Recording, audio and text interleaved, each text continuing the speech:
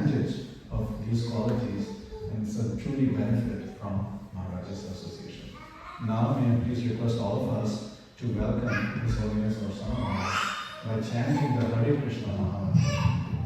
Hare Krishna, Krishna Krishna, Hare Hare, Hare Rama, Rama Rama, Hare Hare. So, Maharaj, in preparation for your visit, we asked devotees to send some questions. So we will call on those devotees to ask their questions of you, if that is okay with you, and then we can go like that. Or if there is any different preference that you might have, then we will go like that as well. Okay. So we have some questions we'll open with some questions from Acharya Guru. So Acharya Guru, would you like to please ask your questions?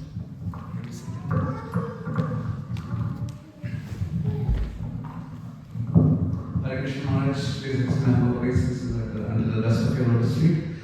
So one of my questions is, Maharaj, I have heard that it is possible to see Srimati Radha and Shri Krishna in the pages of Srimad Bhagavatam.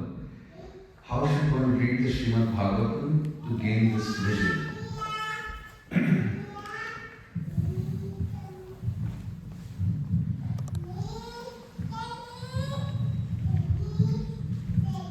If I were to have, and I do, very confidential relationship with cows, which includes earth, and I was to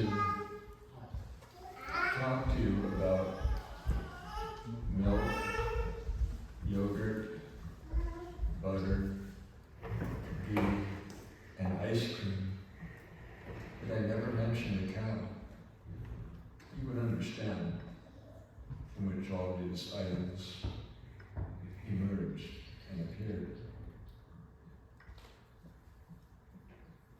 Srimad Bhagavatam is the Amala Purana,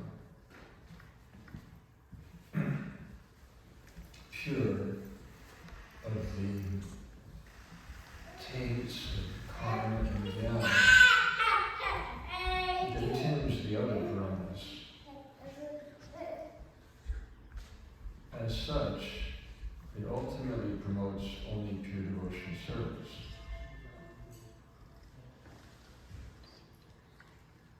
Which is personified in Srimati Radharani as revealed in her relationship with Krishna in the 10th canto.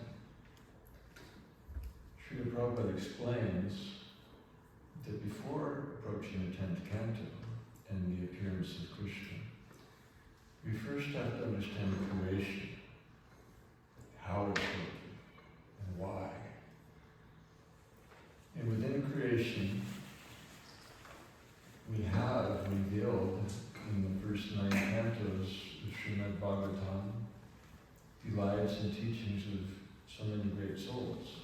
Prahlad Maharaj, Dhruva Maharaj, Ritu Maharaj, Queen Kunti. All revealing some aspects of devotional service. In preparation for our consciousness approaching the 10th canto, where the very epitome of pure loving devotional sentiments, rasas, and pastimes are revealed. So not only every page, but every verse in Srimad Bhagavatam holds elements of bhakti. And what is bhakti? It's the energy of Srimati Radharani that exists eternally within the heart of every soul, though dormant in our conditioned state. In hearing the qualities, the opportunities, the glorious bhakti in Srimad Bhagavatam, that bhakti within our hearts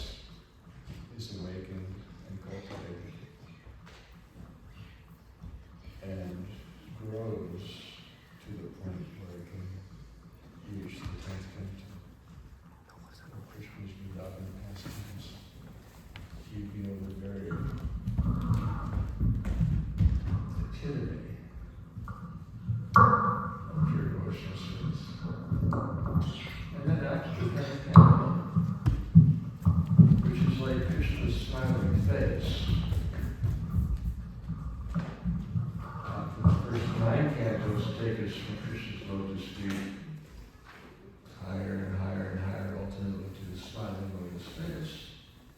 There's more. In the 11th and 12th cantos, which is Krishna's afterthoughts, his reflections, preparing the way for Sri Chaitanya Charitamrita. So in Bhagavad Gita we have Krishna's words, Srimad Bhagavatam, we have the pastimes of the different devotees, ultimately the Vrijavasis. Sri Chaitanya Charitamrita, we have Krishna's deepest inner thoughts and reflections. And it's all very systematic. How these three very essential shastras with support from others prepare our hearts for going home, which for the Gaudiya Vaishnavas is not Vaikuntha.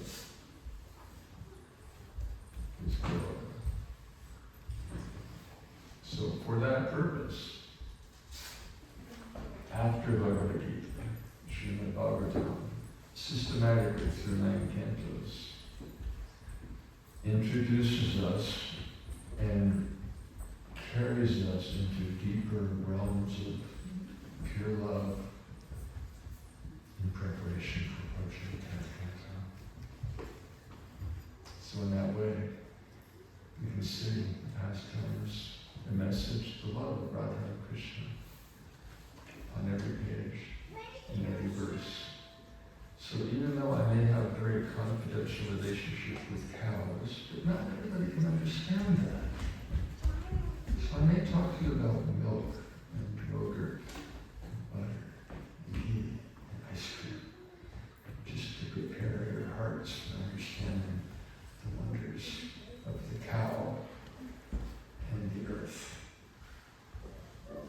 Okay?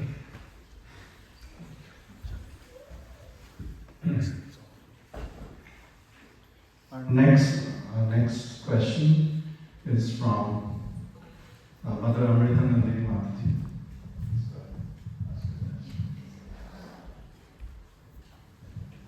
Hare Krishna Maharaj. My question is, how we get greed for service of dear Sri Radha Krishna? How to gain greed? How we get greed? How we get greed for Krishna. Greed. Wonderful question.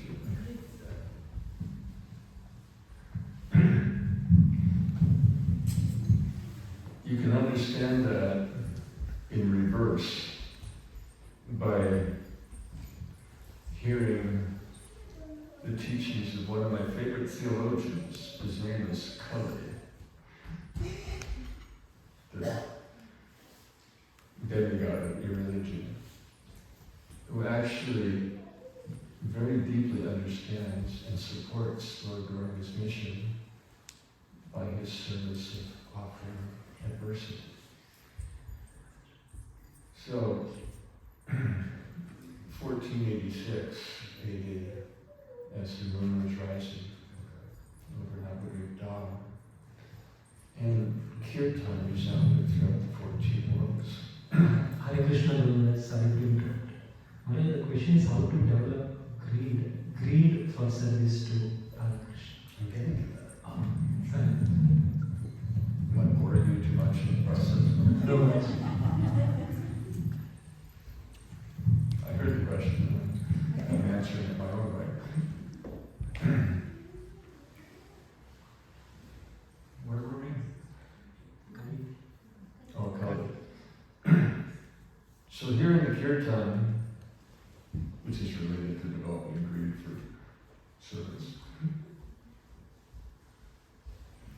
Kali has an army with 6 main generals. And we know them very intimately. Their names are Kam, Krodha, Lobha, Moha, Mata, Matsuri. And I'll make this very brief because I think some of you think I'm going off course here. So they're all explaining to Kali that this is a terrible calamity. The holy name is resounding from Navadvip down throughout all of creation. And we have to stop it. And Kali explained to them, you can't stop it. And then they all began to boast. Lust explains how he bewilders people into forgetting their actual nature and purpose in life.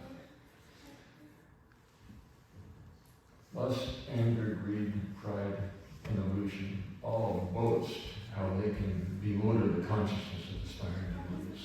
And Kali, he turns it around on them. To lust, he says, you don't know how these devotees become lusty for Krishna, meaning lust in this case means intense, pure love, which may appear as lust, but is actually very antithesis.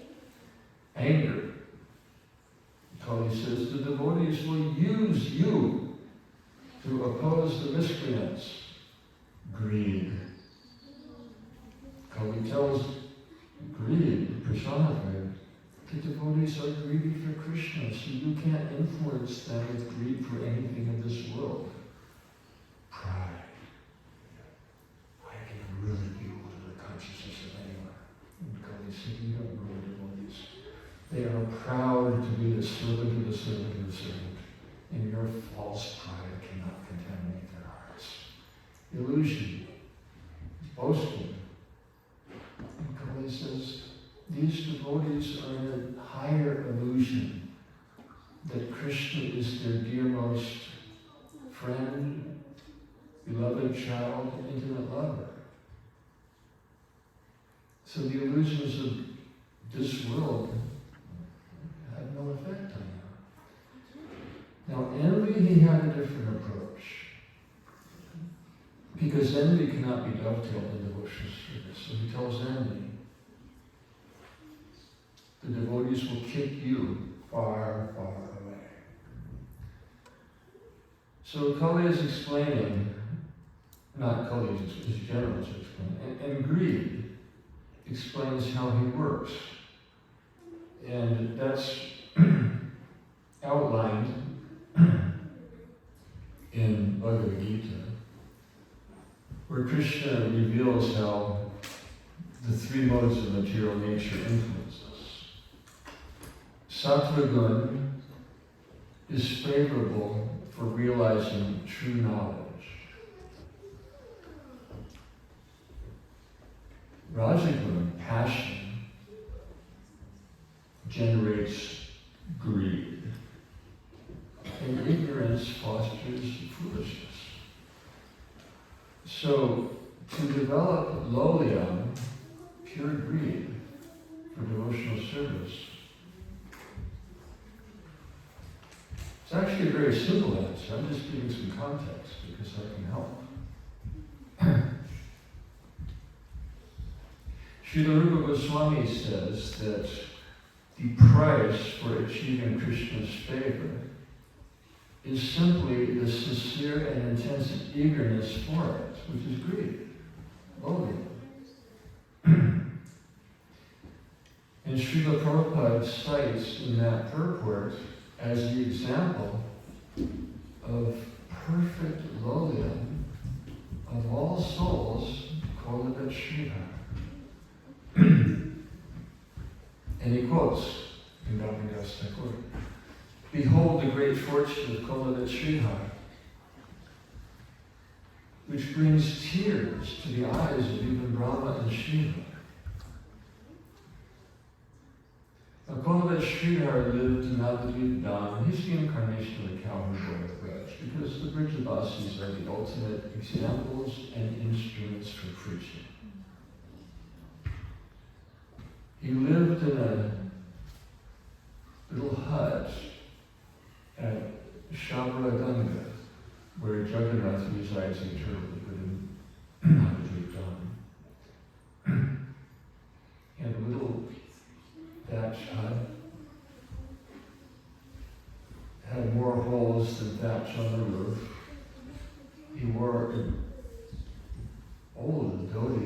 more holes than cloth on it. He chanted the holy name practically 24 hours a day, all throughout the night. And he was, materially speaking, the most impoverished soul, though spiritually the most exalted. And his only tangible possession was a broken iron pot, which he used for very menial purposes, like washing his feet. And his service was to the Ganges. And to serve her, he made a little income by selling banana leaf plates, banana leaf cups, and different items from the banana tree. And he didn't have to keep his market open for long because everyone flocked to him knowing he had the best prices, because he wasn't greedy. He just wanted to make enough to worship Mother Ganges and have a little bit left for his own sustenance. He was as honest as Maharaj used to. People who he would never cheat. He could not be influenced by greed. So they come to buy his wares. And amongst his regular customers was one pundit named Nimai, who would come to Maharaj Sridhar's stall and pick up a bunch of bananas and say, how much for this? He said, there's so many little conch shells. Those tiny conch shells like pennies. So many pennies.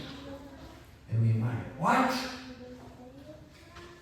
Such an exorbitant price? Why are you cheating the poor Brahmanas?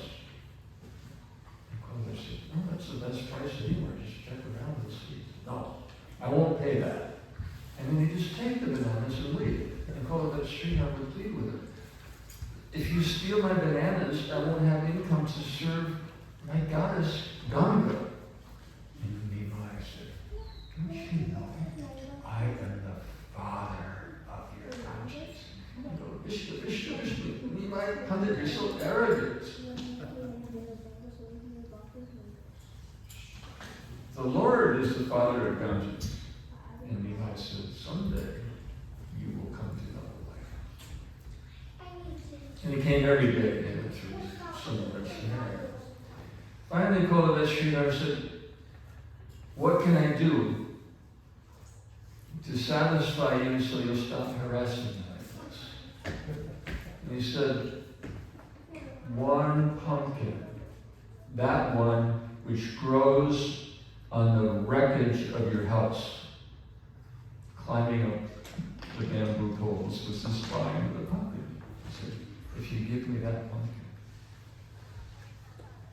I will be satisfied. So he took the pumpkin and gave it to him. He left, gave it to Mother Sachi with instructions, prepare this in milk with pepper, and that was his favorite meal, along with the shak that we all know.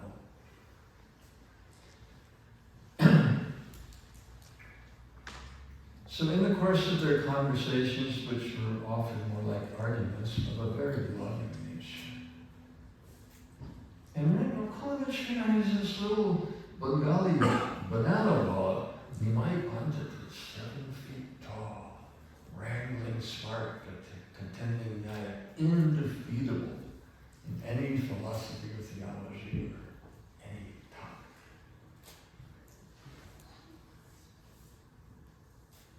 So Maharaj Sridhar would ask himself, why are you harassing me like this? He said, because you have a great treasure. What do you mean? At first you harass Maharaj. Look at you. Your life is despicable. Your devotee has more holes than cloth. Your hut has more holes than thatch. But I'm satisfied. The time of all passes the same. Whether the bird living in a nest in a tree or the king in the palace eating sumptuous feast, the time of all passes is the same. I'm satisfied with Jnana Krishna. I said, oh, you're a great Pandit. And other times, why do you harass me so much? Because you have this great treasure. I said, what? My devotee is full of holes? The roof of my hut has no holes to patch. What treasure? He said, you have a treasure, and you're hiding it. And you're feasting sumptuously on it in private. And you're just deceiving everybody by your external appearance.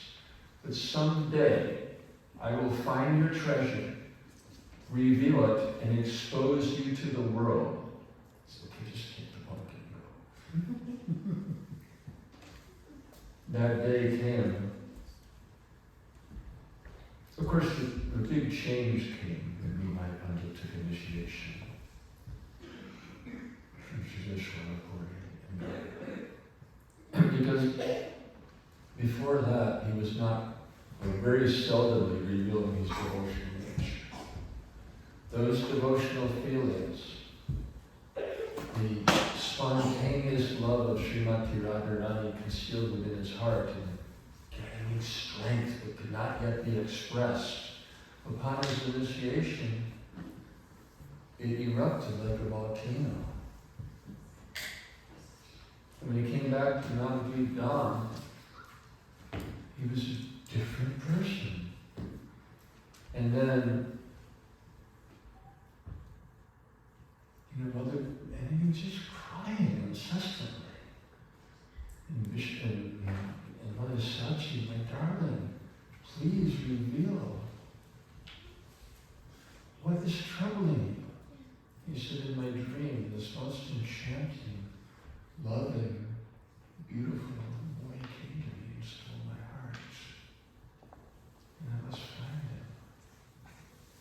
So the next morning at Srivas Pandit's house, Srivas Pandit had a garden in which there was a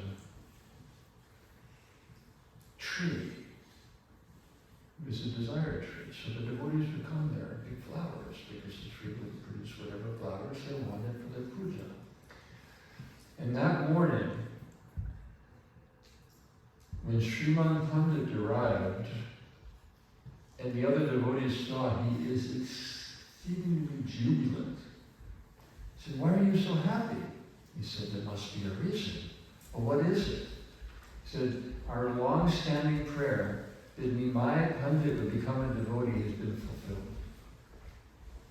by influence of the mantra given to him by Sri Ishwara Gauri.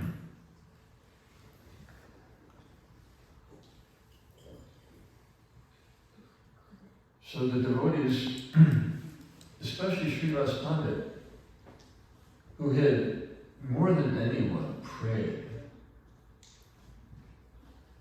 consistently, Lord Krishna, please let Nimai Pandit become a devotee. And hearing that this had been fulfilled,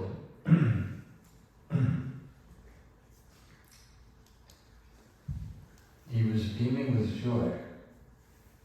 And now his prayer was, may Krishna expand our family. May the kingdom of God be extended upon earth. So then he told, the Nimai came, or they came to him, and he told them, Nimai told the devotees, that I need to reveal to you the deep anguish within my heart. And they entered Srivasa's courtyard. And then they heard in one of the inner rooms of his house, kind of a thump. What's that? Get out of here. He wasn't invited, so out of shyness he's hiding. Hearing that, Nimai went to him, embraced him, and said, get out of here. You are the most fortunate soul. This is Lord Chaitanya speaking to Vedanta. You are the most fortunate soul because you have spent all your days immersed in devotion, whereas I, Lord Chaitanya, have spent my days in And then he said, sing that bathing song, which means the Purusha Sukta. They began chanting those verses, they bathed the Lord. And then up until this time there had been episodes where he was like in a delirium and he would sit on the throne of the deity on the altar. And then when he came to external consciousness, he couldn't believe what he'd done. This day was different. He took the Shalagram Shila off the throne. He sat on the altar as if it was the most natural thing to do. And the devotees saw in him, due to his present mood, their long-lost friend, child, and lover. And Srivas Pandit considered that Mother Sakshi should be the first to offer arti, followed by the other ladies. And Mother Sakshi did something she'd never done before. She began speaking in perfect Sanskrit, which she didn't know. She spoke Bengali. Echoing the prayers of Devaki to the newborn Krishna.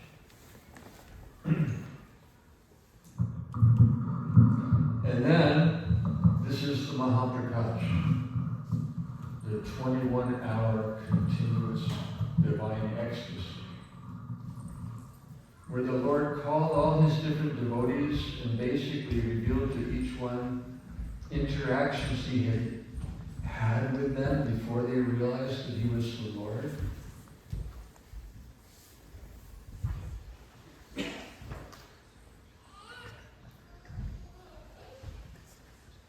And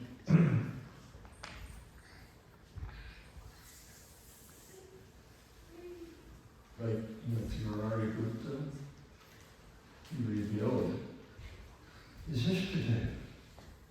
Maharaj Gupta's Buddhist Hanuman in Ramlila, he saw it when Lord Chaitanya told him, look at me. And he looked and he saw Ram, Sita, Lakshman surrounded by monkey soldiers. And he saw himself in his Siddha Swarup as Hanuman. And Lord Chaitanya is revealing who everybody is in their ontological form, revealing himself as their Ishtadeva. Calling from one devotee after another. They would bring garlands. He would take off the garland the previous devotee gave, put it on the devotee who's offering him the garland now. And then he called for Koladat Sridhar. Nobody knew him. They never heard the name. He said, who is he? Where is he? He said, just go to the outskirts of town and listen for someone chanting Hare Krishna with such deep, fervent devotion. That'll be him. So they went and they heard. They found him in his little hut. He told him, Koladat Sridhar, the Lord is calling for you. He's calling for me. He's so humble, he just fainted. They had to carry him into the Mahaprakash, into Sri Varsana.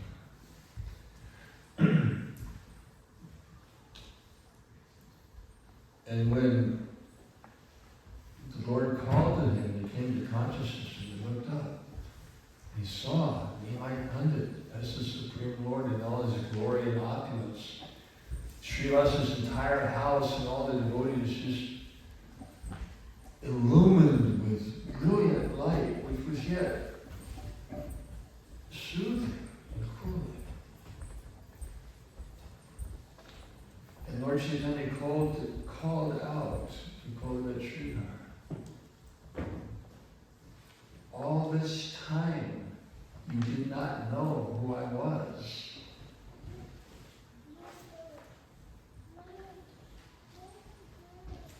So now, Koladat Sridhar, you have lived your life in abstract poverty, borderline starvation. Now I want you to finish your life in opulence and glory. So through the Mahaprakash, the Lord is revealing himself and blessing his devotees.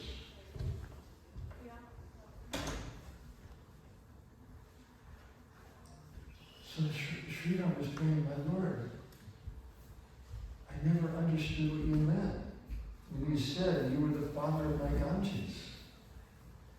So now, Sridhar, it's time for me to bless you.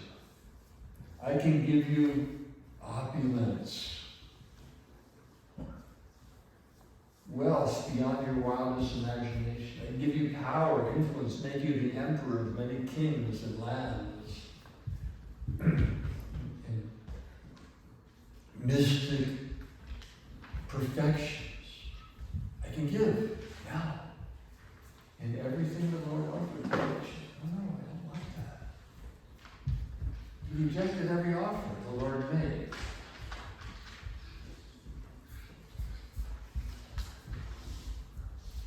Finally, Lord Chaitanya realized he had nothing more to offer.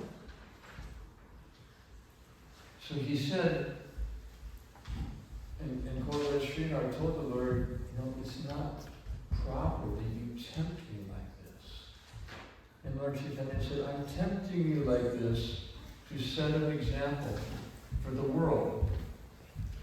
Because I knew you would reject every offer, and I wanted to teach the people of this world that for the sake of their greed, they are willing to risk everything, including their eternal soul.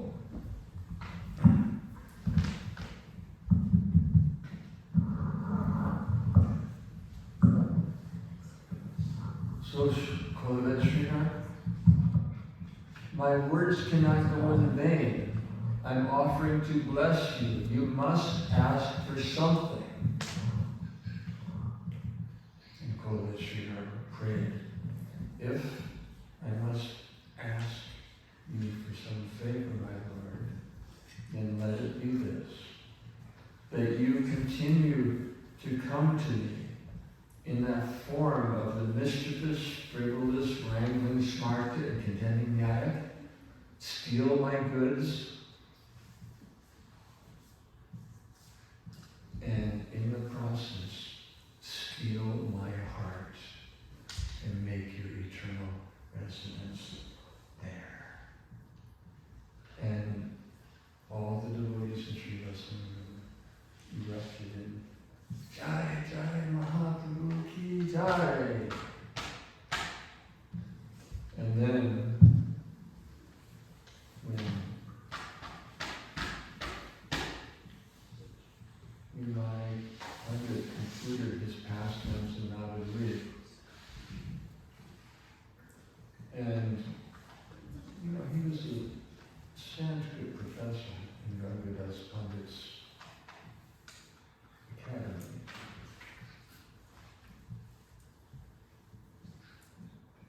That every class, every lesson, every verse, every word, he explained and revealed as the holy name of Krishna. And then his students told him, because he'd go into trance. When they begin the lessons and chant Hari Hari, he'd go into trance. And every lesson, every day, all day, was nothing but the glories of the holy name. So finally, one day he asked the students, how was my class today? The same as every day. Nothing but the glories of the holy name.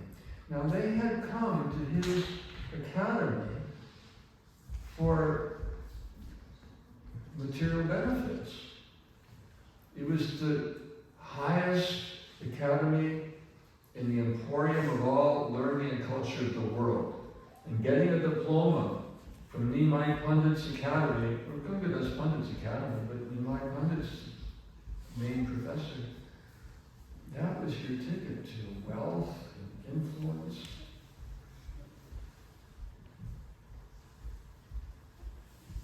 He said, well, this is not what we came for. So the Lord closed his book, pushed it aside, and said,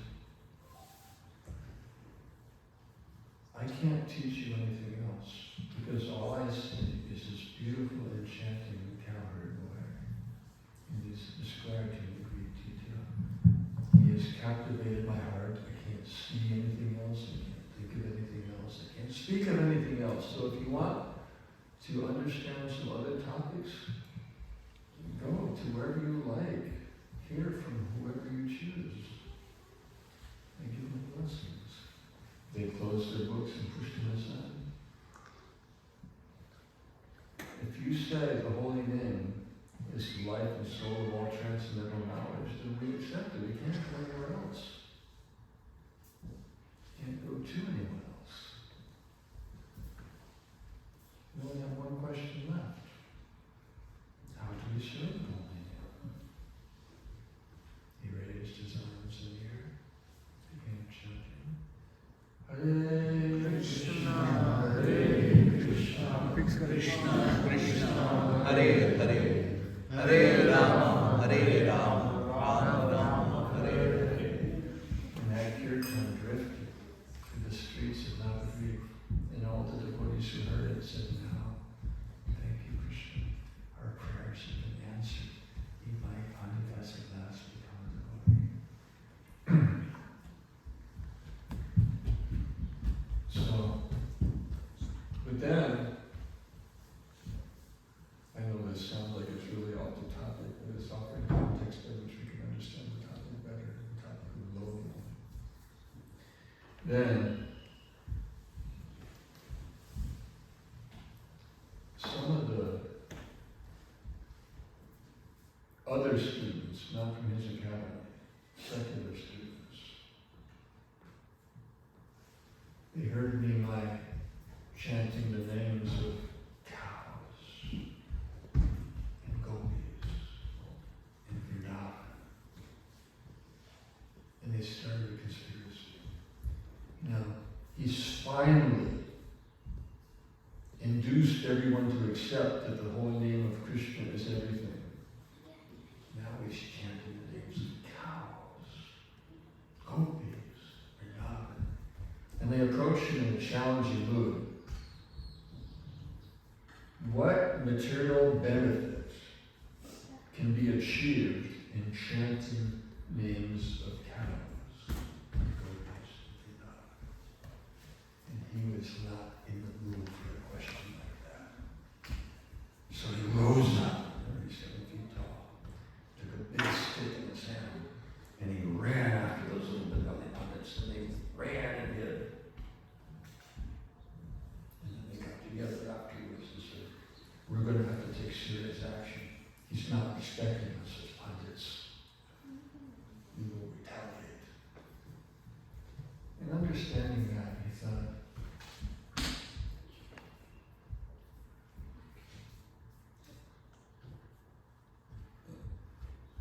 they cannot receive my message, my gift, my treasure,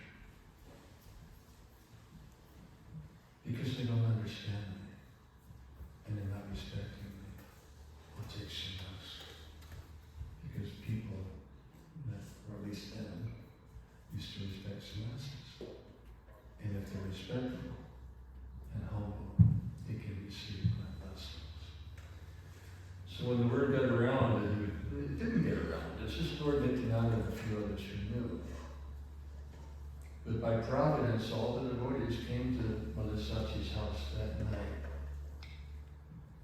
to make their, unbeknownst to them, their final offering. And he blessed them accordingly.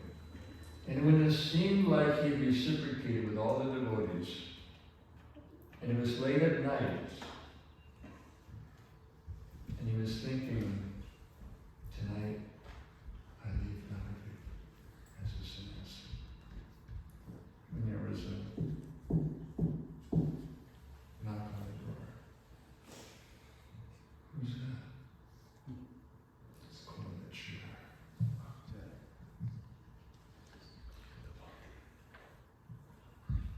Remember, Lord, you promised me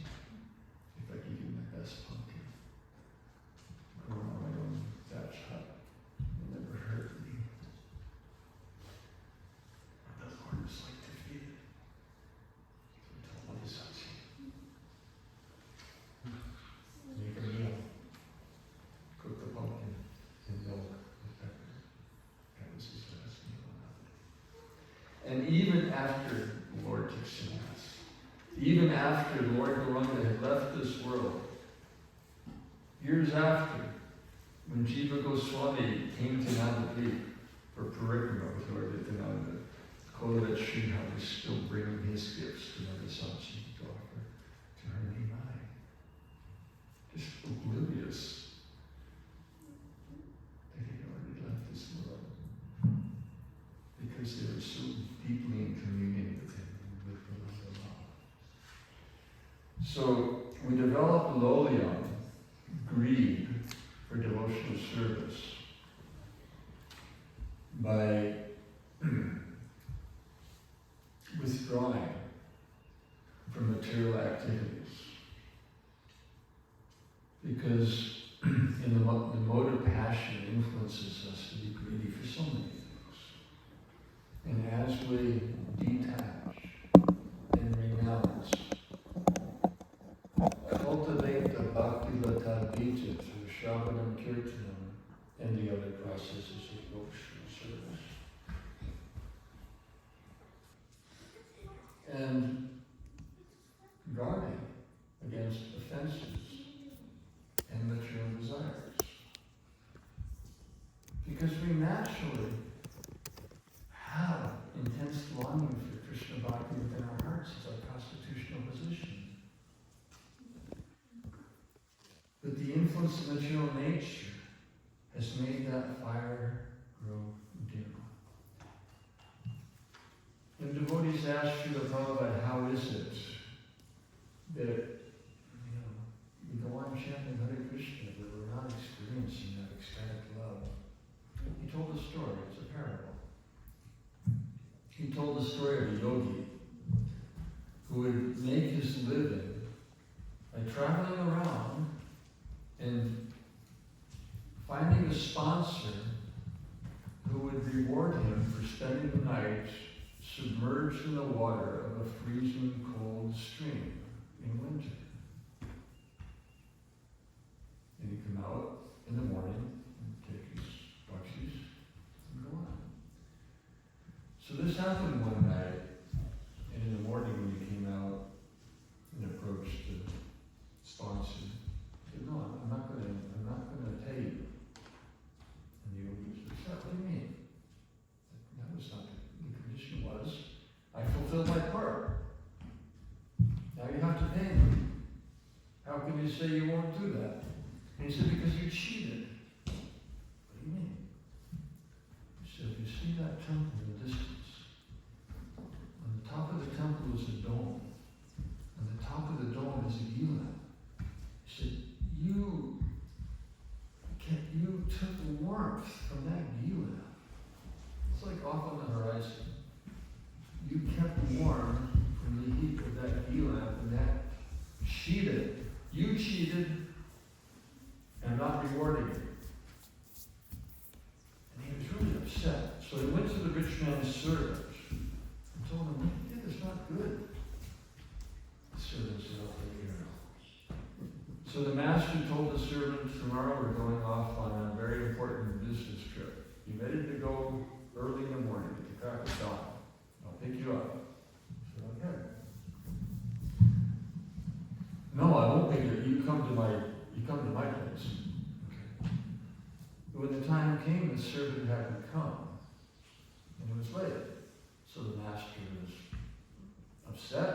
He went to the servant's quarters, and he saw him sitting there on the floor with a tripod, a big tripod in front of him, with an iron pot about 3 feet above a gila. He said, what are you doing? He said, I'm cooking my breakfast. He said, that'll never work. You're not cooking with fire, you're trying to cook with smoke. And the servant said, oh, well, you told that yogi that he was taking heat from the ghee lamp in the distance to keep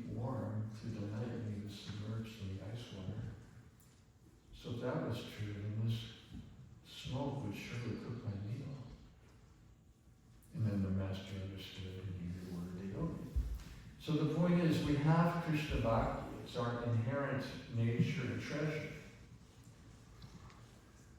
But conditioned life has so dimmed the fire of devotion that when we chant, it's like we're cooking with smoke. Because the holy name is there, the devotion is there, the impurities are also there. And when Jiva Goswami started a parikrama of Navadvip down with Lord Nityananda, Nitai explained a very important point to him. He said, so many devotees aspiring for Krishna Bhakti chant the Mahamantra, but they don't experience ecstatic love of God. And the reason is because Radha and Krishna, in the form of the Mahamantra, they cannot be approached by souls who are infected with anartas and aparad. Aparad means distance from Radha. When conditioned souls, infested with material desires and offenses, chant Hare Krishna, Krishna Prem hides from them. So then thus the importance of Lord Chaitanya's mission and Dham and process and name. He said, when we chant the names of Nitai and Gaur, then Krishna Prem comes looking for us, disregarding the offenses and the nartas, purifying them so that we can chant Hare Krishna and develop love.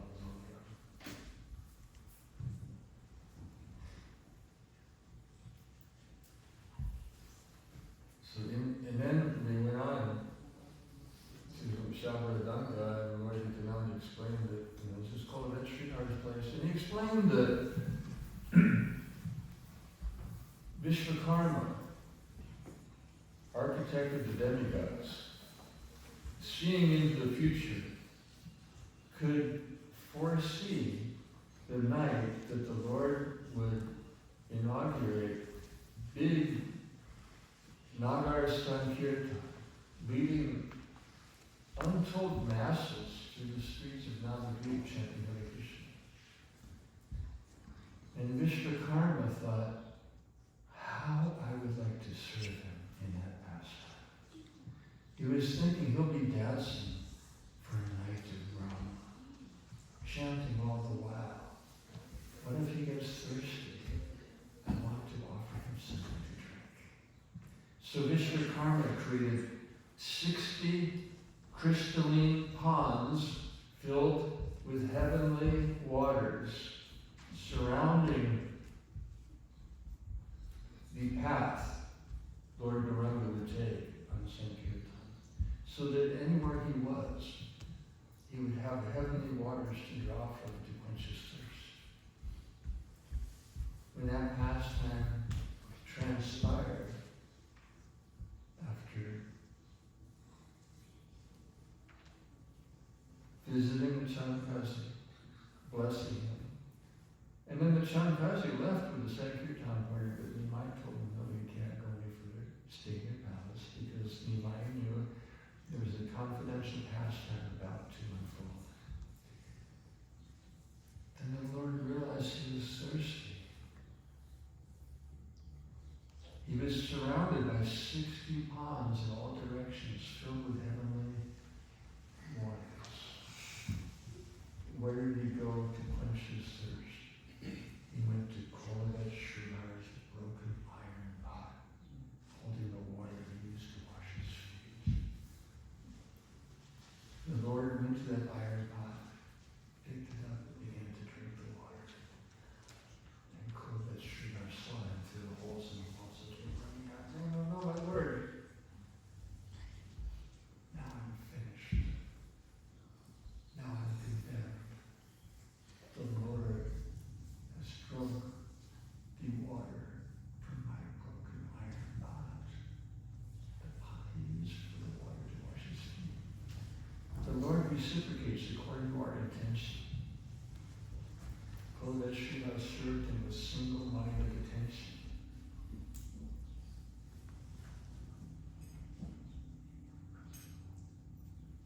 Kola Srila worshipped Ganges, who flows from the whole of the universe made by Lord Vamana's toe, his foot. Charanamrita, holy Ganges. Kola Srila worshipped Ganges. And the Lord reciprocates according to our intention and our vow.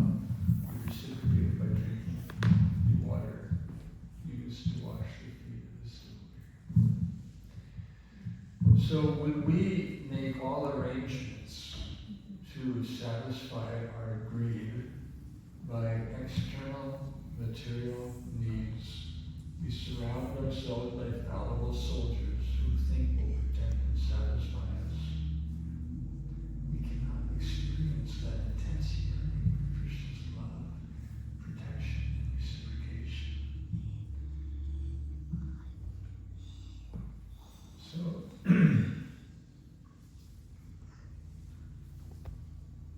we have to gradually detach from the material influence. And the more we realize that the holy name is our only shelter, the more we will experience that exquisite reciprocation for us. And our lowliness, our greed for devotional service will increase because we want to serve and please the Lord of love, who alone is capable of fulfilling our deepest needs and aspirations. So,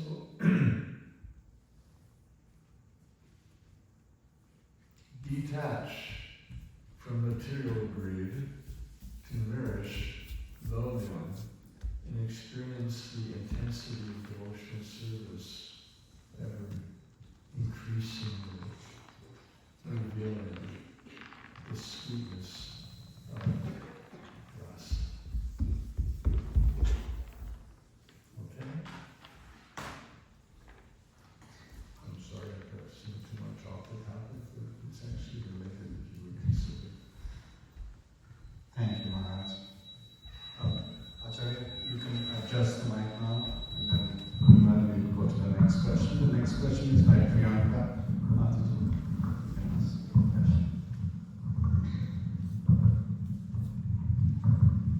Hare Krishna. How would you advise a sadhaka living in a geographical distant location from Sri Vridavan but desiring to physically reside in the Holy Dham? Good question, thank you.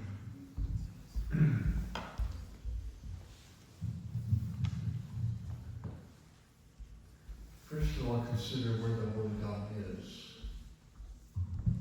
Holy Dham is not a geographical place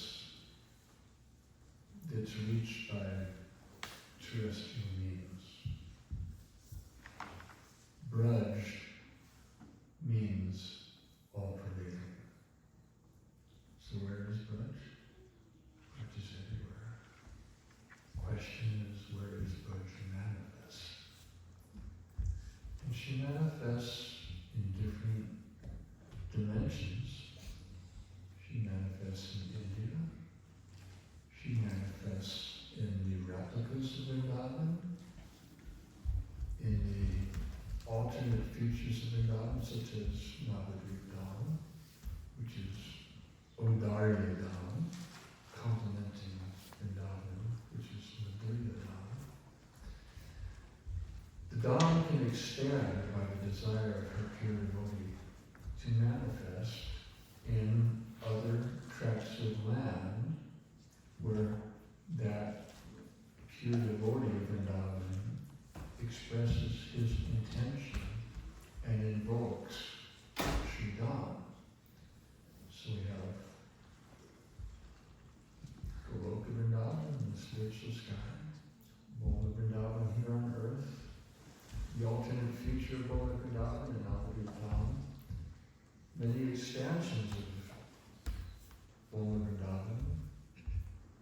Nava Vridavan and Dwarka. New Vridavan here, Ramakeli, or Rupa and Sanatan, even while serving the Muslim king, established Radhika and Shalaka and temples of Radha and Krishna. It's also very important to realize and cultivate understanding that the dawn is within the heart of the pure devotee. And as we serve the pure devotee, we can realize more and more that the dawn is also within our own hearts. Because our inherent nature is Krishna Bhakti. Bhakti is Srimati Radharani, who resides only in Vridavan. So the dawn, according to our realization and intention, can manifest within our hearts. So to cultivate that realization, pilgrimage to the dawn is very helpful. It's also our intention in pilgrimage. Because if we go to the dawn to enjoy the dawn, we'll experience that enjoyment. If we go on pilgrimage to serve the Holy Dawn, with emphasis on hearing from the sadhus who reside in the Holy Dawn and imbibe her spirit,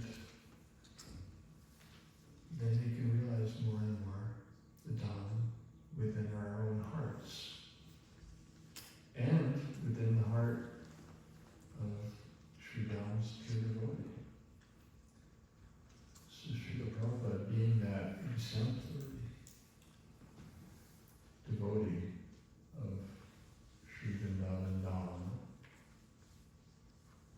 wielded the potency to reveal the Holy Dham anywhere. And through his instructions, through his mission,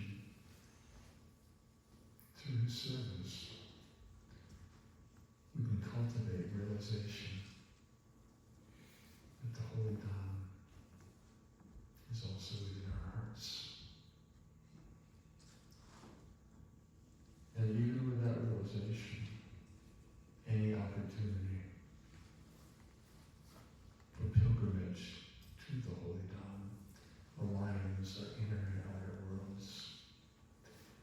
It takes us to a place beyond three-dimensional reality until someday we will return to the love that made us all, which is Vridavan Dham.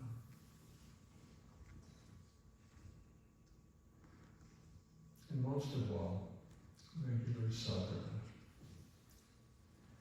and entering deeply into Srila Prabhupada's books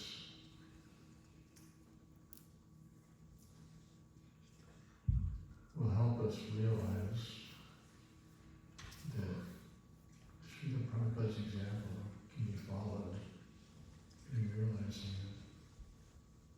that Vridavan is everywhere, where Krishna is present in his holy name. So come on pilgrimage every opportunity you have, and take the Holy Dham with you, within your heart. Cultivate Braj Bhakti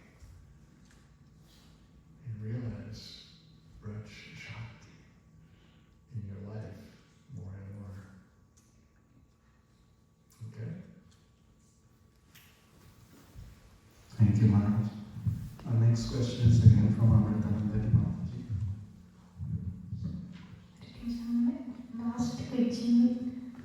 How to get rid of laziness in devotional service? How to get rid of Laziness. laziness?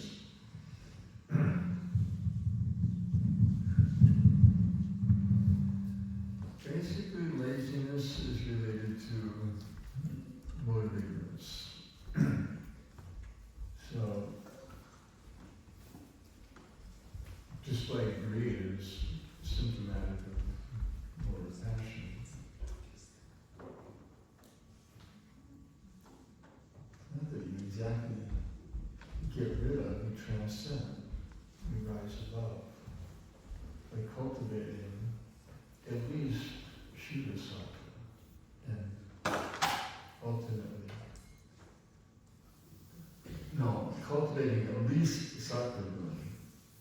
preferably and ultimately Shuddha Sattva.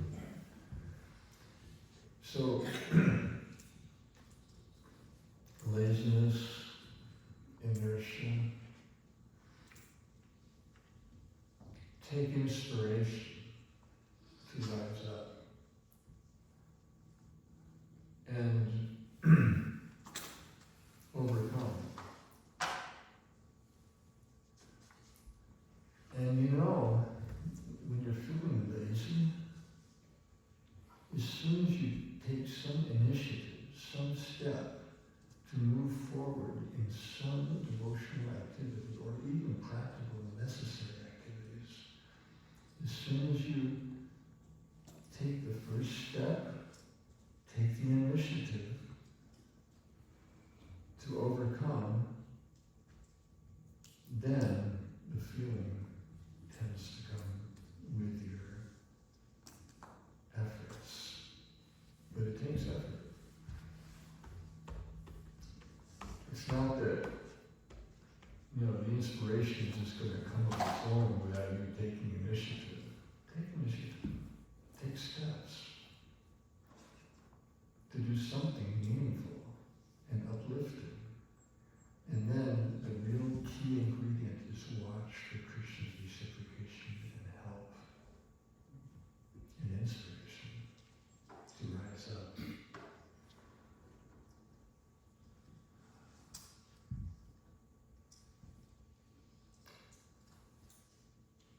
Arjuna addressed Krishna in Gita as Madhusudana, killer of the Madhu demon, which is intentional because the Madhu demon, at the dawn of creation, stole the Vedas.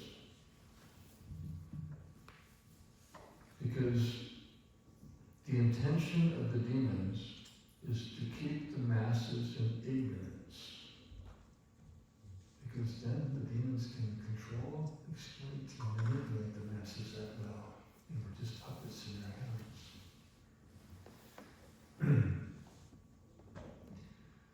So, when the Lord killed that demon Madhu, and he spoke the Vedas, and that's where the term comes from, hearing from the horse's mouth. The Vedas were spoken by Arjuna.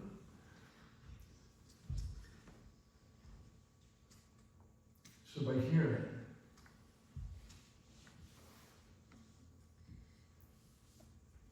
we find the internal inspiration to rise above ignorance and the laziness it fosters. And then it's practice. Because the lower motives will keep trying to drag us down as long as we're in this world. But as long as we're practicing regularly, with emphasis on hearing and chanting, Shravanam Kirtan Vishnu Smaranam Padasevanam Archanam Bhadram Dasyam Satyam Atmanivedam.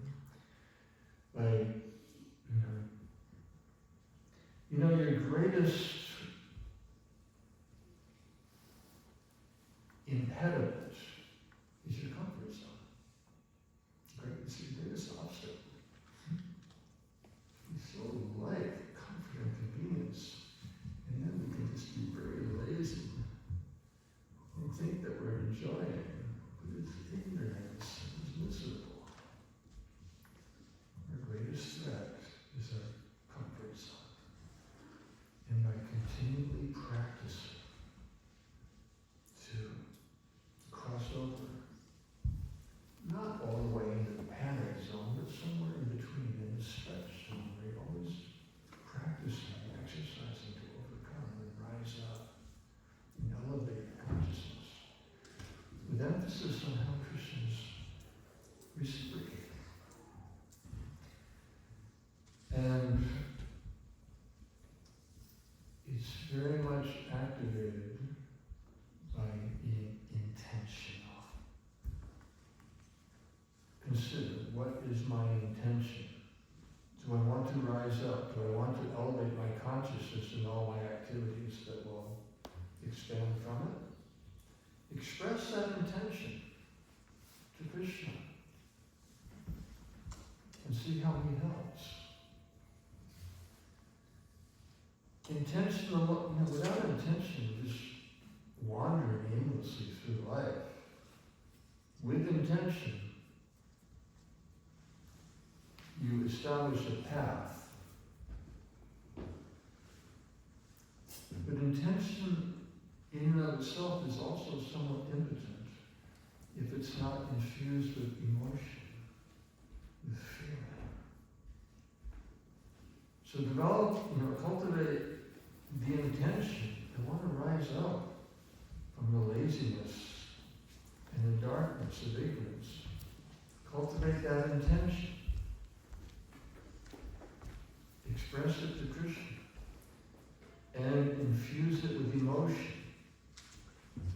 Because you can generate the feeling of being inspired before the inspiration actually comes. And that will help the inspiration come. So, cultivate the feeling of being inspired even when you're not. Because the subconscious mind can't discriminate between reality and an experience conjured up in our meditation. So meditate on being inspired in devotional service. Express it with intention. Take initiative. And there is no catalyst like gratitude to activate higher inspiration and consciousness and activities. And when we're lazy and in ignorance, we might not be so much aware of how much we have to be grateful for. And if you don't know where to start, begin with the gift of life and the treasure of Krishna consciousness and express that gratitude. And watch how the lower modes which foster ignorance and laziness start to dissipate with some inspiration to reciprocate in gratitude for the blessings granted. And then build on that and practice that.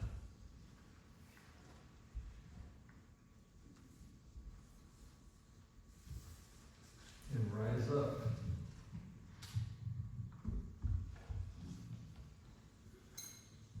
Thank you, Maharaj. Maharaj, I have a question.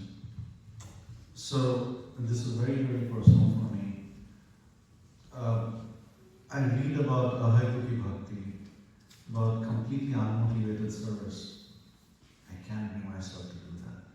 Whatever service I do, I somewhere, even at the subconscious level, I think, okay, my dear Lord, I'm doing this for you. I hope you take care of me like this. I hope you, whatever, provide for me at my time of need, at this, at that.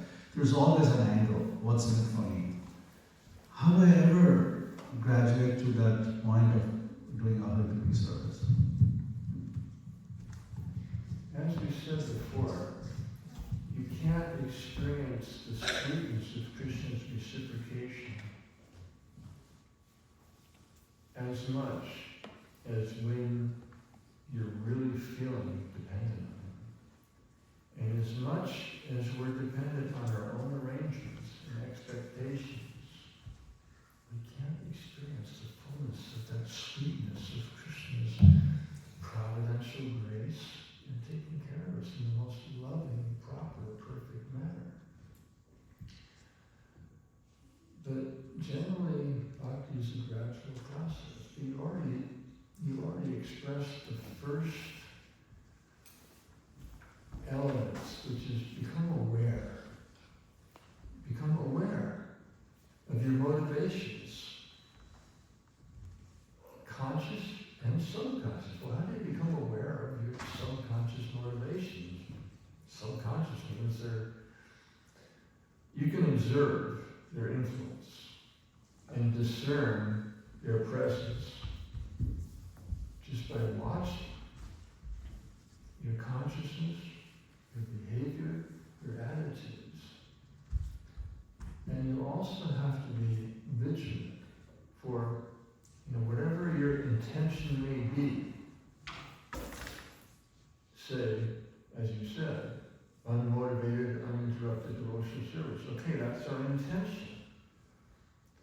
First thing is to be intentional, which also means to become conscious of the subtle and subconscious influences and the counterintentions. Because you can be thinking, I want pure, unmotivated devotional service. With your conscious mind, your subconscious mind says, no, I don't. And be conflict, working against yourself.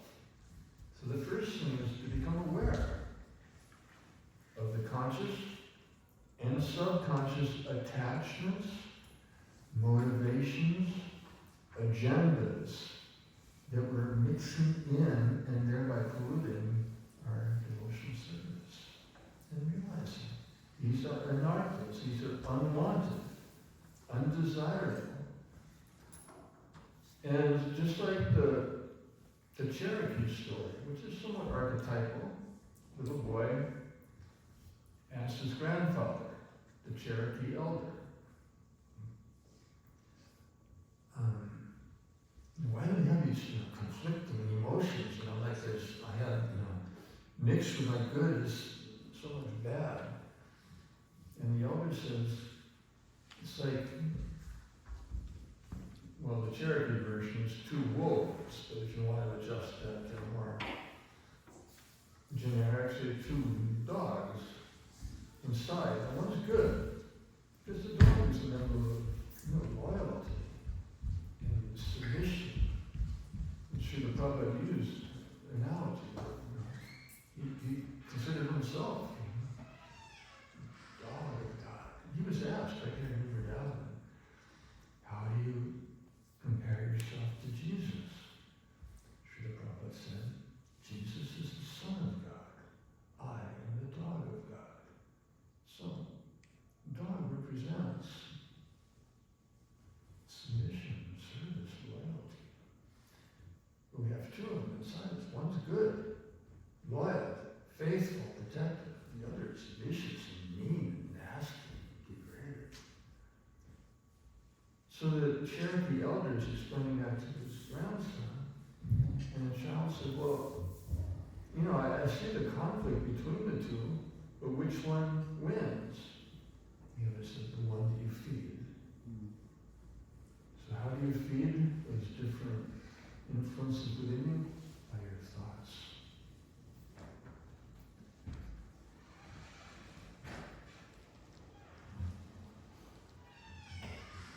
Human life means purification.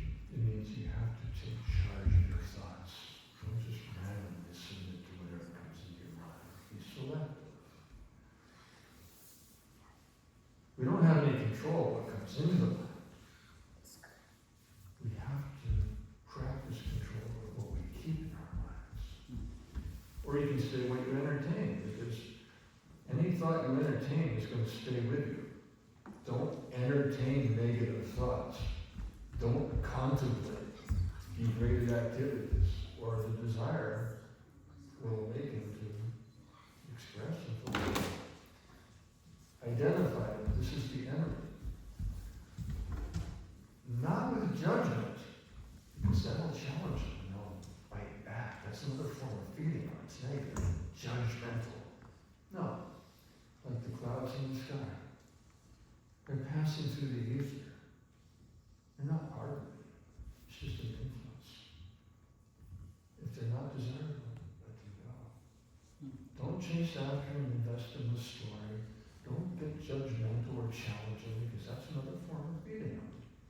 Negative form of feeding nonetheless. Let them go. Realize that it's not you. It's something floating through the ether, which is all kinds of things. We're not responsible for what comes into our minds. We're responsible for what we entertain and harbor, and protect, and hide. It's all forms of feeding. Observe with detachment. If they're not desirable for devotional service, let them go. Like clouds in the sky. Their influence will pass. desirable sentiments, feelings, aspirations, to serve the servants, to please Sri Guru, to help the suffering world by delivering the message of Lord Gauranga, the teachings of Srila Prabhupada, the holy name of Krishna, cultivate those, harbor those, entertain those, empower those, express them, exercise them. And then the impurities will gradually fade away. The purities will rise, just like preparing ghee, boiling the ghee. Impurities keep rising. Keep skimming it off until eventually there's nothing left but that beautiful golden essence. And the impurities you feed to the dogs.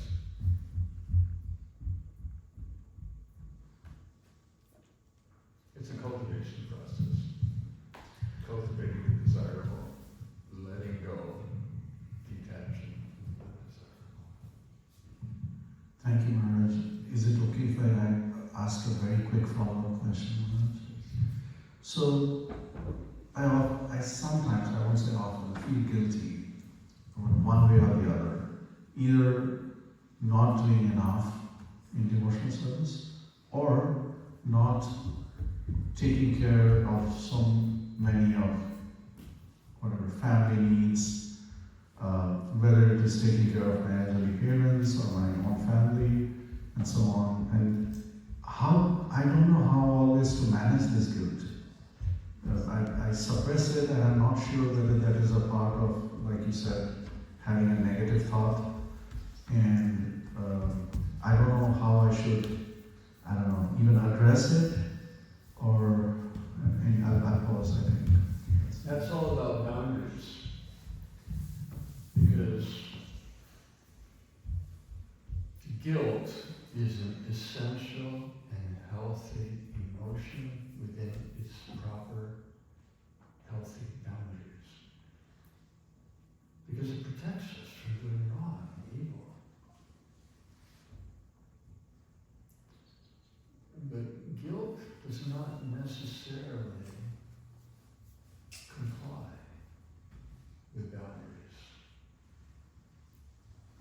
And the false ego is so tricky.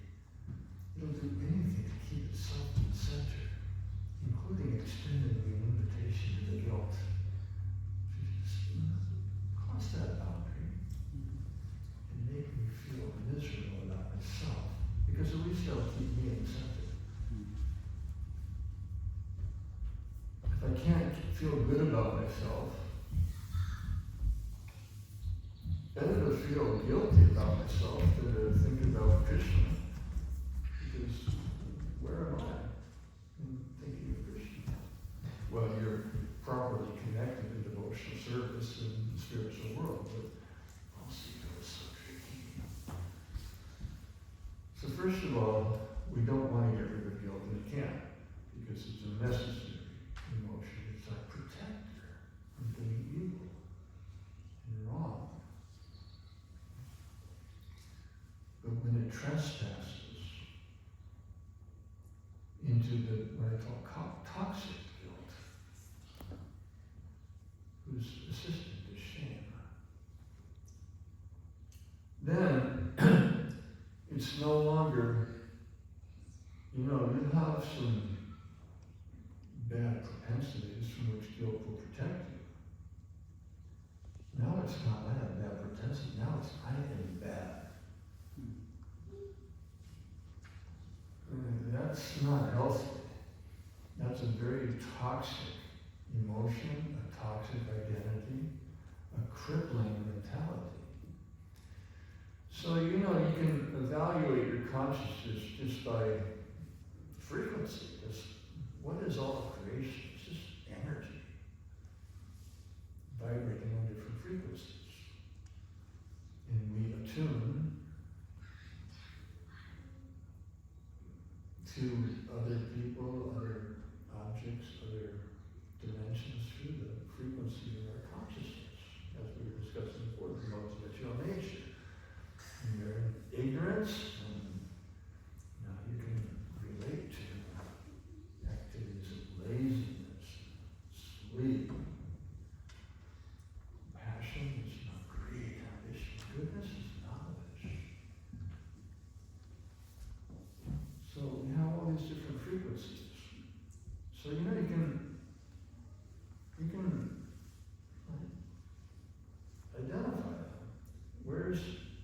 There again, guilt and shame are healthy, essential sentiments, emotions. When they're in the proper boundary of a necessary servant, protected. When they trespass and cross their boundaries, they become a tyrannical master and just drag us down, debilitate us and cripple us from realizing our actual nature. So first of all, identify. We are feeling guilt.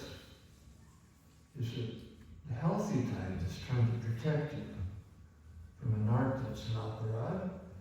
Or is it the egotistic type? Okay, if I can't feel good about myself, at least I'll feel bad about myself because at least myself will still be in the center. Well, you don't want yourself to be in the center.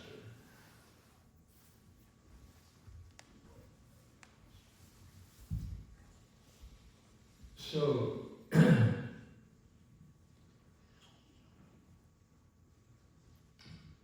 forgiveness is such an essential attitude. And there's 3 levels. I can forgive myself for my shortcomings and wrongdoings because I have been forgiven. And therefore, the obligation is I must forgive both myself and others for their reasonable shortcomings. Because none of us are perfect. We're all perfectly imperfect. And that's all right. That's perfect. That's the way it's supposed to be. Because that way, we can congregate with all those who have what we lack, and we can offer what they lack. And then it nurtures community and congregational spirit. So, when guilt is trying to trespass, become toxic and dominate, forgiveness is essential. Confess, we all have shortcomings. It's all right.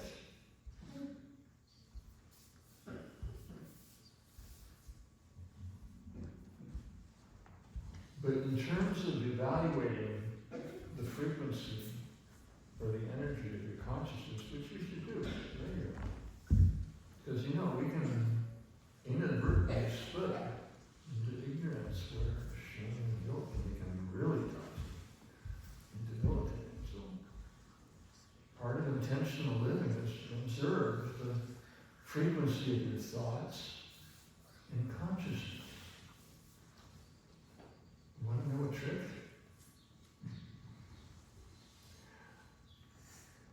It's something that Srila Prabhupada really emphasized right here in Vridavan, making what I call a very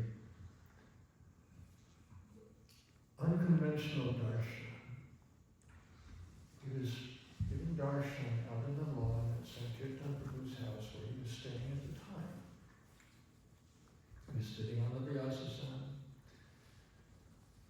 Vridavan Maharaj standing over the chamara on this side, and Pushta Krishna Maharaj standing over the peacock fan on this side. Very serene, very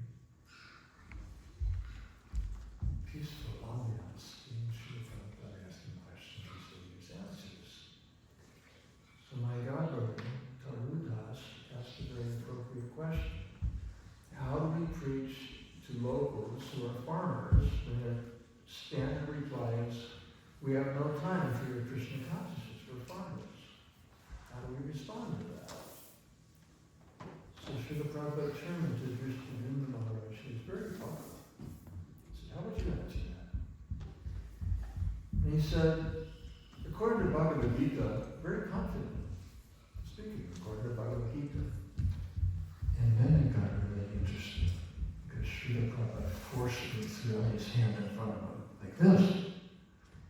And he admonished him, don't bring in Bhagavad Gita. And this was something new. Because up until this point, we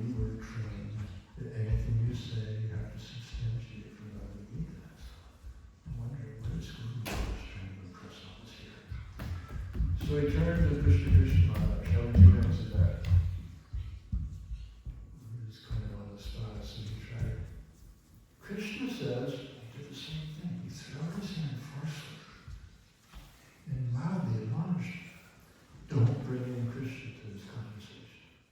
Now this is something really new. And he really had everyone's undivided attention. What is the point Guru Maharaj is going to emphasize here? So he leaned way over toward Tara and very animated, which you probably would do when you wanted to really emphasize the point. Rascal! Tara being the metaphorical form as he's represented. Rascal! Can you make the sun shine? Can you make the rain fall? You are so dependent on every step on Krishna's grace in your occupation as farmers. And then the final line, just show gratitude. And he leaned back and waited for more questions. And that made a very deep impact. And for context, this is from Chaitanya Charitamrita, and it just come out.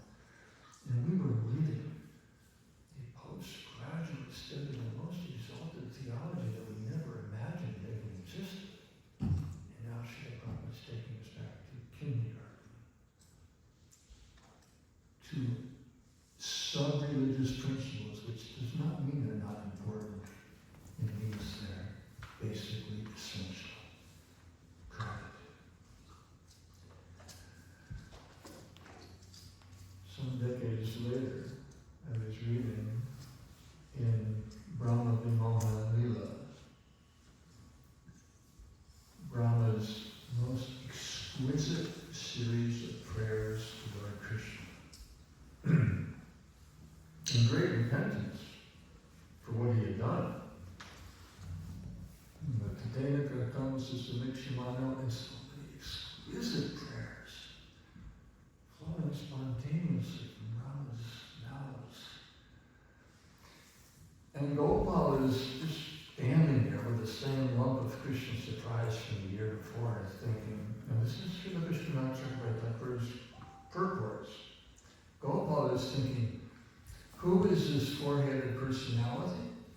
And where did he come from? And what's he talking about? I don't understand any of this. I just want to find my friends in the cabs. Srila Vishwanath Chakravarti suggests an internal dialogue because Gopal did not say audibly one word to Brahma. But there was an internal dialogue. And pay attention, this is the formula for dealing with toxic emotions, amongst other empowering aspirations. Gopal told Gopal told Brahma,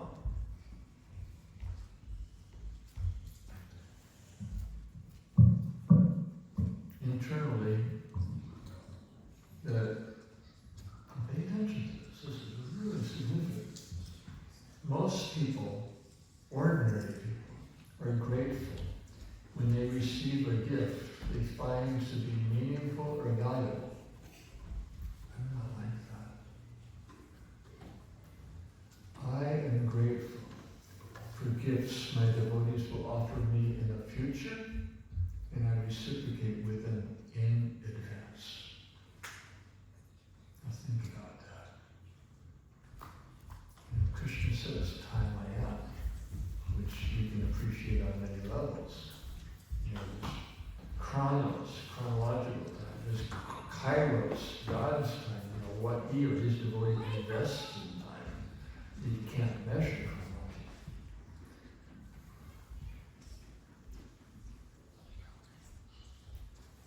This implies that Krishna can control time. He can expand it or contract it to usher his providential grace that we may warrant someday and impart it to us here and now. Which implies that the feelings of future achievements we can experience in the present. That's called providential grace. Krishna is providing something, and grace is unwarranted goodness. He's providing it before we deserve, before we warrant, before we even qualify. And we can invoke that providential grace by the simple, natural, and essential expression and practice of gratitude.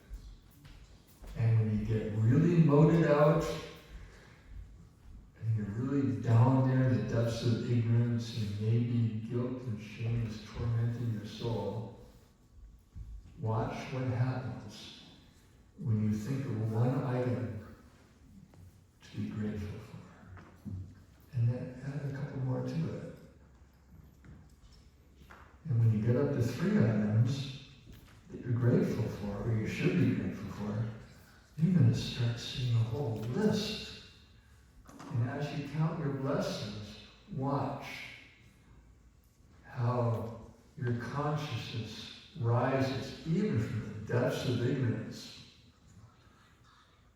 to one of compassion and love and devotion.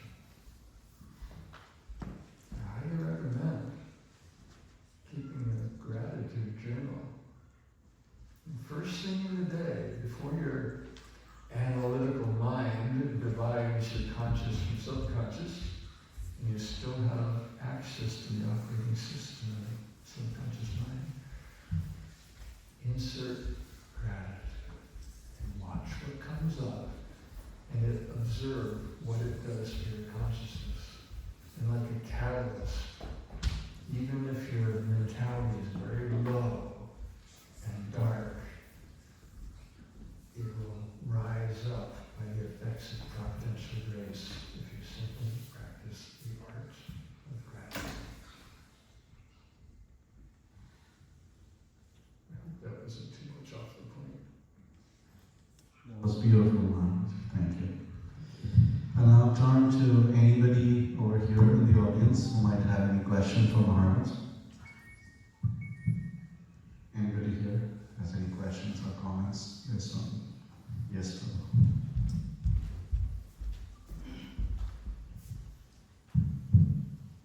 Hare Krishna, Maharaj. I was wondering, how do we prepare ourselves before taking serious shelter of devotees for guidance? How do you prepare yourself for taking shelter and receiving guidance? How do I prepare myself to take serious guidance from devotees?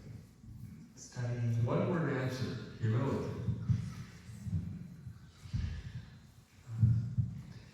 We prepare ourselves for receiving guidance by humility. And the classic archetypal story, usually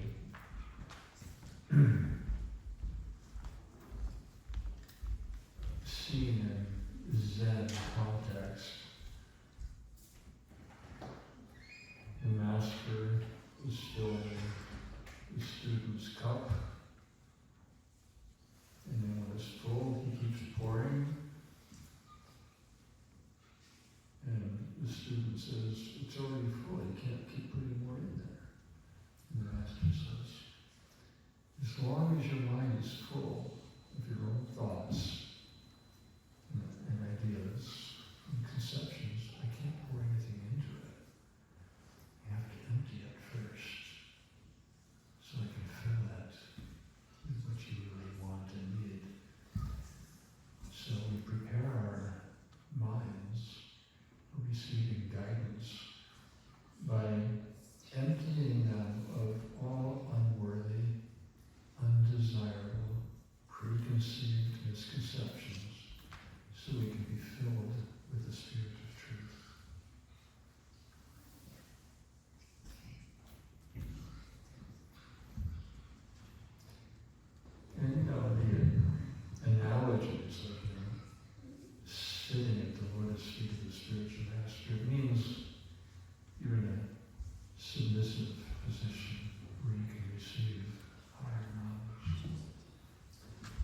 That's the beginning, it doesn't end there. It goes from there into offering service. Just try to learn the truth by approaching the spiritual master. Inquire submissively with humility. And then, in reciprocation, render service. That exchange activates the knowledge to become realization. That's how we prepare and how we begin. All right.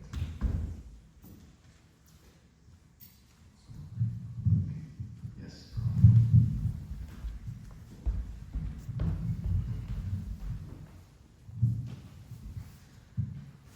Yeah, the person initially, have started differently. In Sanatana Dharma, we have mainly Vaishnavas and Saivites, right? So, what qualifications we need to have to become a Vaishnavite or Saivites? Or what personalities is better to go one another? What qualification do we need to become Vaishnavas, please? Vaishnavas, or Saivites. Let's see, what qualification do we need to become Vaishnava? Yeah. Service attitude.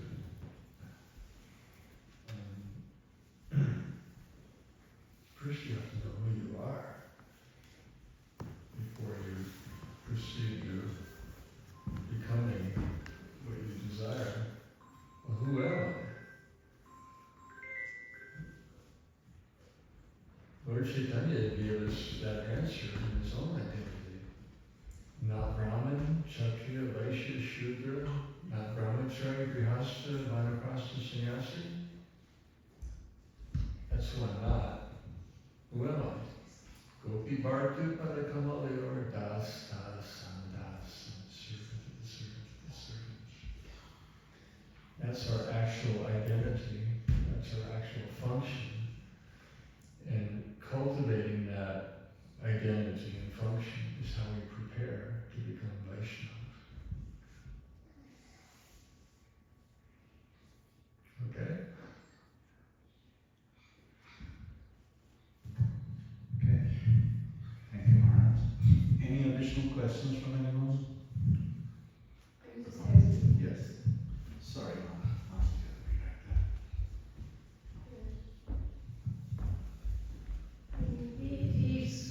We get so much information about how to, how to get, this, how to get rid of attachment or devotion, how to get devotion. I mean, so much information in Gita and Bhagavatam.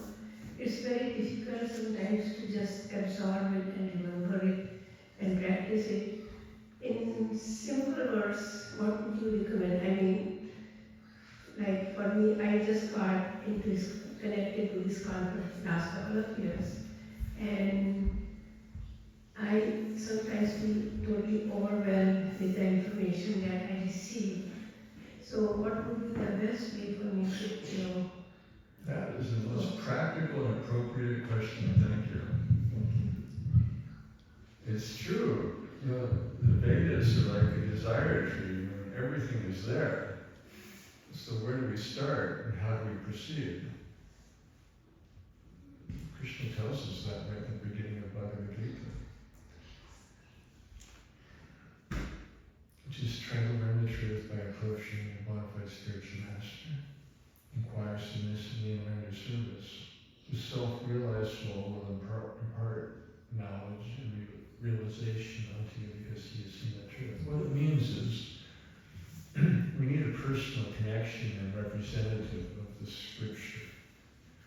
We have book Bhagavat, who is passive.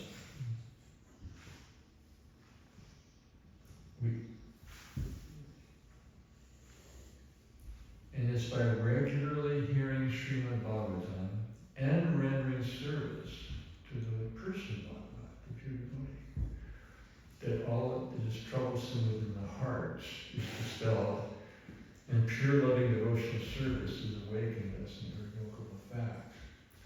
So the Vedas, including the Bhagavatam, it's infinite and it's overwhelming if you just try to understand how to apply it on your own. That's where we need the person, the guru who represents Srila Vyasadeva and gives the personal direction and formula for how to apply the scriptural teachings at whatever stage we are at in any time in life. And then it's not so overwhelming. And it's in that exchange that you receive appropriate knowledge and guidance, you reciprocate by following, and in the exchange you develop realization and intuition, and realize more and more the guidance from within that Paramatma is speaking. The other consideration is that as the book Bhagavad is passive, it's not going to chastise us and pull you by the ear and correct you when you're wrong. It'll give guidance, but you still have your subjective independent will to use it appropriately or not. The book Bhagavad is active in our lives. He'll tell you when you're right and when you're wrong, and guide you accordingly. And override our tendencies to be independent in our interpretation and application of Shastric knowledge. And it's not that, you just have to go on the quest of your Diksha Guru. Anybody who is Guru who gives relevant instructions in devotional service. So, the first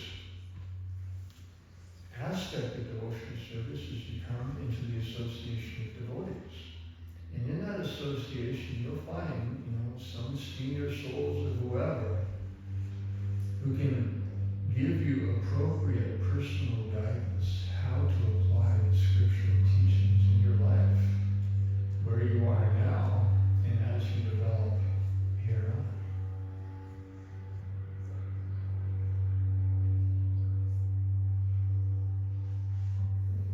And it's not that you just have to select one person to hear from,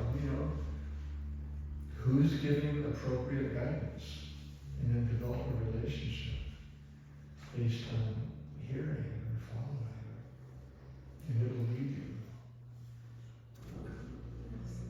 Sometimes it can be challenging to really know. It's like today I am thinking a little differently, or something else. So it's very, very difficult to know really who I pick for that I can 100% surrender myself, or trust that I am making the right decision, selecting the guru or the master or the right master. Of course, Prabhupada has so much, given us so much, but if I have questions, I want answers to go to someone. How that decision is very difficult, that there is someone who can guide me on a regular basis. How do I select that person? By association with devotees, because all devotees in ISKCON are representing Srila Prabhupada, who is our collective Shiksha Guru for the movement. And then Guru is also within your heart, as Paramatma. And he'll be guiding you into associations, into relationships, into situations where you'll be hearing from someone what's appropriate for you at that time. Doesn't mean that person is your eternal guru. It means you're on the path and you're being led and guided. And ultimately, you will, in the process of that search, find your guru. Meanwhile, we all have Srila Prabhupada as the Sikshya Guru for all of ISKCON. And all devotees within ISKCON are representing him and are worthy of getting this guidance. But, there's a saying that if everyone is your guru, then you really have no guru. But if you have one guru who you really take to heart, then everyone is guru in terms of Siksha. So ultimately, we seek that one person whose life, and words, and inspiration most perfectly resonates with our own heart's aspiration. But it's not like you have to wait to find that person. It's a search, it's a quest. And you'll be meeting the appropriate souls to guide you at relevant steps all along the way. If you simply take the initiative to associate with devotees and to hear the message of Scripture as they're presenting it and practicing it. I'd like to have your blessings. May Srila Prabhupada's blessings be with you more and more. Thank you. Okay. Any additional questions from Maharaj or comments? Yes, sir.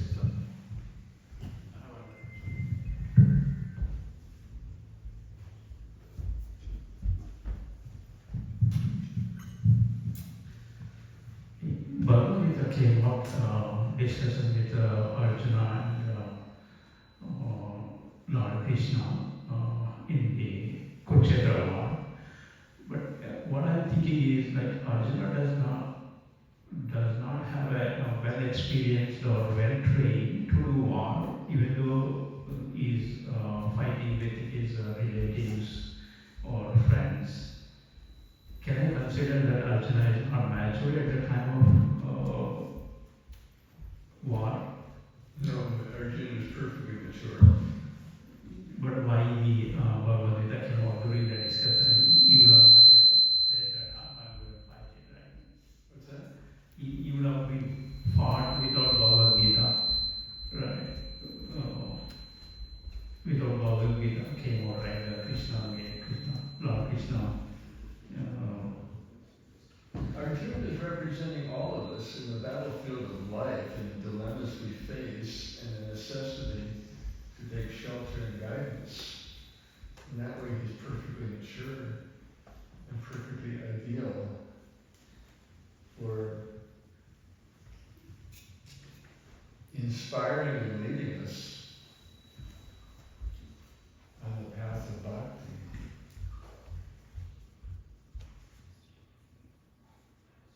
Because we're all going to face, challenging situations that are above and beyond our means.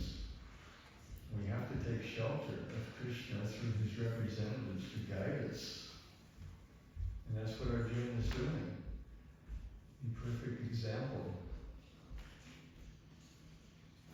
of an ideal mentor for us to emulate.